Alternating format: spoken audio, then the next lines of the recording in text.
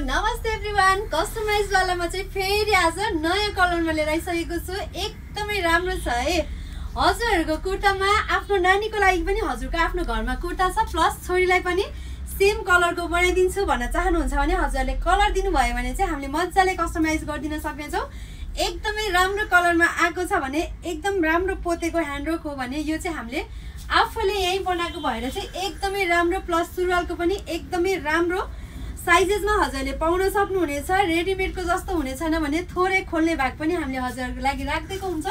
सल पनि एकदमै राम्रो छ है। बुटी कोरको हजुरले पोते झर्ला भनेर कुनै पनि टेन्सन मान्नु पर्दैन, एकदमै राम्रो छ है। त्यसैले हामीलाई एकदमै धेरै अर्डर दिनु भएकोले कति म्यामहरूले चाहिँ हामीलाई कस्टमाइजको यो कलर बनाइदिनु त्यो कलर बनाइदिनु भनिराख्नु भएको थियो।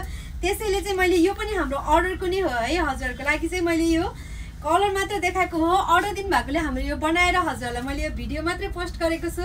हजुरहरूलाई पनि आफूलाई चाहिएको कलरमा बनाउनु मन छ भने चाहिँ हजुरले भन्नुभयो भने चाहिँ हामीले त्यो कलरमा बनाइदिनेछौँ। कति म्यामहरूले चाहिँ यो कलर बनाइदिनु पहिला फोटो देखाउनु भन्नुहुन्छ, त्यो चाहिँ हाम्रो लागि कहिलेकाहीँ चाहिँ अलिकति पोसिबल नै भइरहेको छैन, किनकि हामीलाई पनि यो सामान लिएर आउनु पर्ने नै हुन्छ। त्यसैले हजुरहरूलाई यो कलर लिएर आएर भिडियो बनाइन्जेलसम्म चाहिँ हजुरहरूले हाम्रो अर्डर नै अरू भ्याइरहेको छैन। त्यसैले यो कलर भन्नुभयो भने चाहिँ हजुरहरूलाई हामीले स्योर नै त्यही कलर नै बनाइदिनेछौँ, त्यहाँभन्दा डिफ्रेन्ट हुने छैन।